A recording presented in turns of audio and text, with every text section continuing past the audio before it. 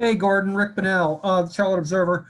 Um, JB the other day was talking about how ideally he would like to have a less structured offense this season full of scripted plays.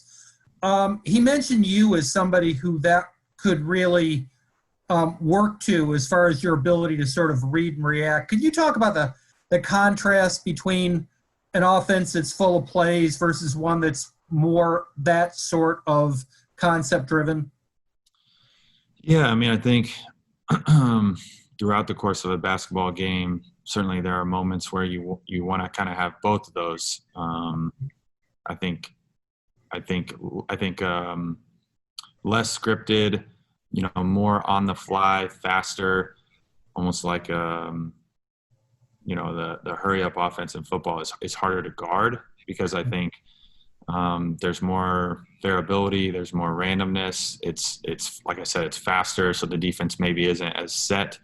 Maybe they don't have the same right matchups. I think you're asking a lot of players in that type of offense, though, because you need to be able to still get good shots. You still need to be able to, have a rim threat, have a paint threat, have driving kicks. It's a lot easier to get kind of the shot that you're looking for when you slow the game down and call a play every time. So I think so far in camp we've done a good job of trying to flow into different offenses and to different read based actions. And the more we can keep doing that and grow kind of our chemistry together, I think the better we'll be. But I think in every basketball game, there's times where you do need to settle things down and make sure you get a good shot. Is it fair to say that that sort of passing game type of reading style lends to your skill set?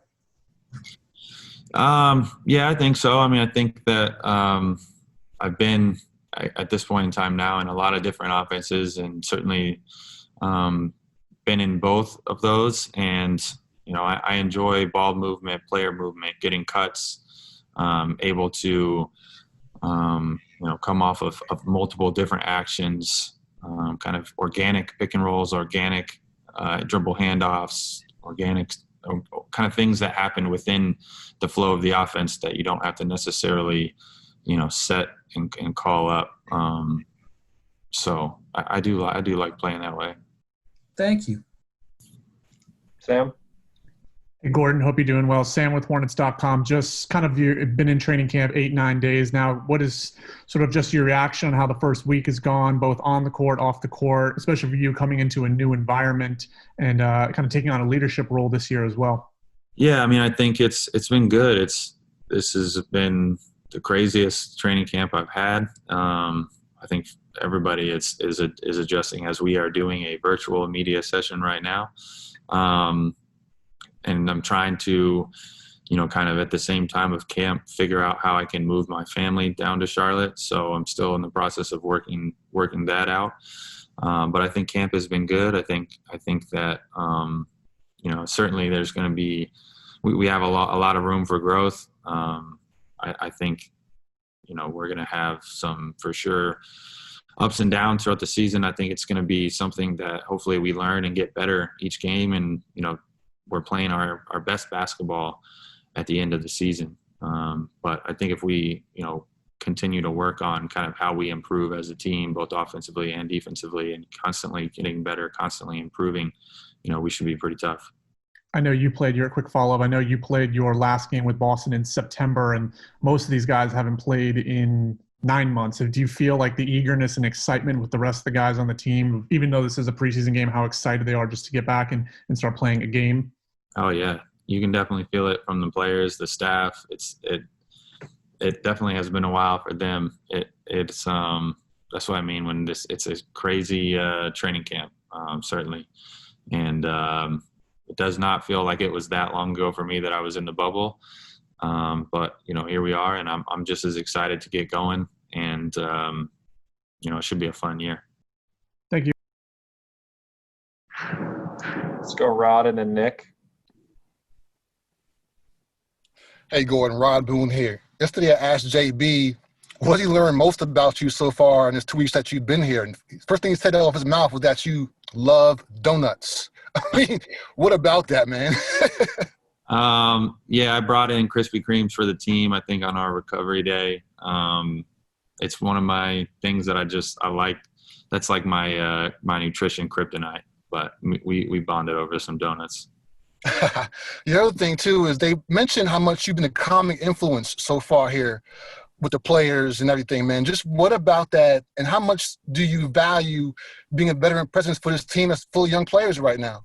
Yeah, we do have a lot of youth on our team, and so trying to just help us just improve in different ways on the court, whether it's spacing, whether it's cutting, just reading certain actions, slowing down a little bit. I think we were a little going too fast, as everybody does in training camp. Certainly too, like we alluded to earlier about haven't playing since March. So just trying to help us out in that regard, and kind of have some stability out there on the court. Thank you. Go to Gordon, Nick and then wrap up with Danny. Gordon, this is Nick from NBC. You have had such a limited time to get to know what this team is, especially with two major acquisitions and additions in you and LaMelo. What do you know about this team just a few weeks in? Yeah, I know that we have a good group of guys that I think want to play basketball the right way. I think we are, a hard-working group of guys, that's for sure, after, being with these guys now for, I think, a couple of weeks. And, we're going to find out more about ourselves as we get going here. That's kind of always happens. Certainly in the preseason, it'll be good to go against another team and see exactly kind of where we stand and what we need to get better at, because there's for sure going to be things that we need to get better at. And, I think looking forward to kind of getting this thing going so we can kind of figure out where we need to be better and how we can improve and how we can grow as a team. Danny?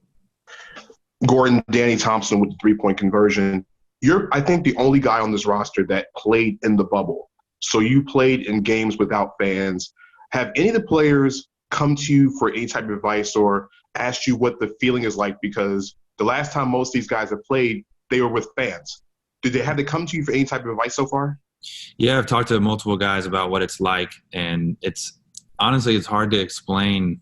It's hard to put into words what it feels like, because I think everybody is used to playing with fans, and it's a different vibe. It's a different environment. There's the backdrop is going to be different. It's just the feeling, the atmosphere. It's all way different, and you almost have to experience it before, to kind of know what it feels like. I told them that it's going to be something where we have to obviously bring our own energy, and there's the kind of the spark that you get, especially like when you are, up, like, for example, like when you're up 20 points and you're at home against a team, a lot of times in the NBA that can turn into 30, and it can kind of just get out of hand just because of the crowd. Or if you're at home and you're down 20 points, it's a quick comeback. Because the crowd gets you into it, you get going, and all of a sudden you're down 10, the crowd's cheering you on, and next thing you know, the game's close and it's tight. Well, you don't have really hardly any of that without fans. So you have to solely rely on all that with your own team. And, it's something that we're going to have to deal with, experience. I think these preseason games will be good for us to feel that out a little bit. And it'll get, it gets more and more comfortable as you do it. Certainly at the beginning, it's even more weird. But as we go along here, it's just going to have to be something we roll with. And lastly, to follow up, I know in your case, you've been trying to do the adjustment with your family not being around. But do you have a sense of excitement about tomorrow? I know your family's not here, but does it tomorrow's game kind of take the place of your family not being there as you get started with a new season? I would be excited whether they were here or not. I don't know if it takes the place of them not being here. I wish they were here to be able to watch the games. My girlies have been they've been itching to go to a basketball game. They have their little cheerleading outfits, and they love going to games. But certainly I'm excited about it, and like I said, it's the first step for us. I don't think we should overreact or underreact one way or the other. We should look at it as something where we can try to improve and build and, keep moving forward and keep improving.